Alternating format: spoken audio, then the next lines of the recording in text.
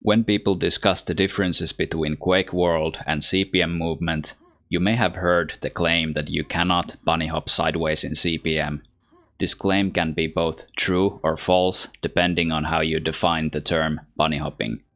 Normally when people talk about bunny hop movement, they are referring to the air strafing technique that originates from Quake 1.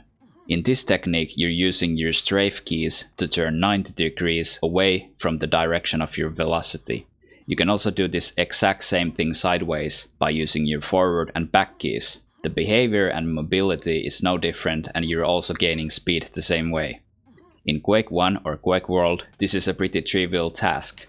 However, as much as you may try, you're going to find the equivalent pretty difficult, if not straight impossible in CPM type movement. The way I define CPM type movement is that it's a combination of 3 different movement behaviors. Diagonals behave like vanilla Quake 3, left and right behave like Quake World, and forward back is vanilla Quake 3 with a steering air control slapped on top of it.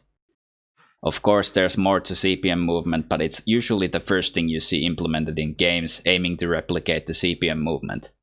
It is the most distinctive and universally shared characteristic among them. In this illustration, you can see the value differences for each movement direction. As you can see, there are drastic differences between forward and strafe directions, which also reflects in movement behavior. In Quake World and Quake 3, there is no difference in movement directions. They all share the same variables and values isotropically. So how exactly is the forward direction different than your strafe directions? Well, as I mentioned before, with strafe directions, you're turning 90 degrees away from your direction of velocity.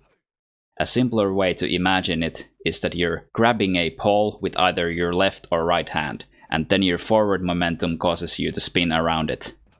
With forward direction, instead of spinning around a pole, you're actually just steering straight forward to the direction you're looking at. However, if you turn too fast and suddenly, you lose control and the movement behavior changes in a weird way. In order to visualize how this behavior works, we're going to lend Tonti Armadillo's explanation. Imagine that you're riding a bicycle. When you turn your handlebar, the back of your bicycle follows behind. Quite simple, right? However, if you suddenly yank the handlebar into 90-degree angle too quickly, you'll most likely lose control of your bicycle. In CPM, something similar to this happens. If you're moving at speeds above, let's say, 700 UPS, and you suddenly flick your mouse 90 degrees from your direction of velocity, it's like the air control disappears completely and you'll continue accelerating the same way that you would in regular vanilla Quake 3 movement. But that's not all there is to it. If you're moving at speeds less than 500 UPS, what happens is something more similar to Quake World movement. You're now instead still retaining some control and spinning around the point that you're aiming at with your crosshair. Let's go back on the bicycle. If you start with your handlebar at a 90-degree angle right from the get-go and then proceed to move slowly, instead of steering, this time you're kinda just spinning on the same spot without really going anywhere.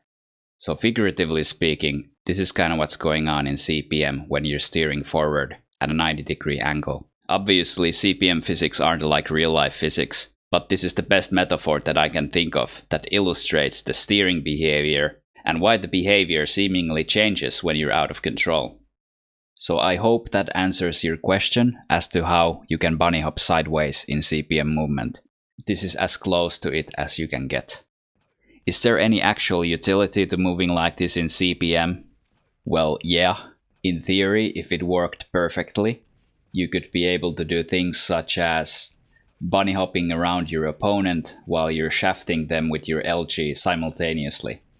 And in general, it just gives you more view angle options when you're bunny hopping around. You wouldn't always have to look forward.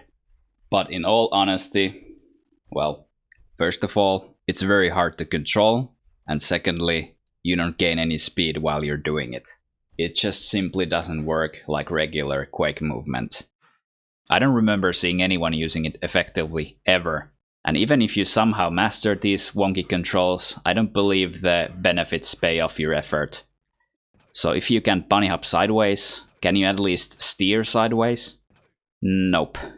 The strafe directions doesn't have the same steering air control mechanic that you have on your forward and back directions. You can do it on the ground just fine, but as soon as you jump, you're fucked. CPM movement wasn't designed with sideways mobility in mind, and it's just something you have to live with.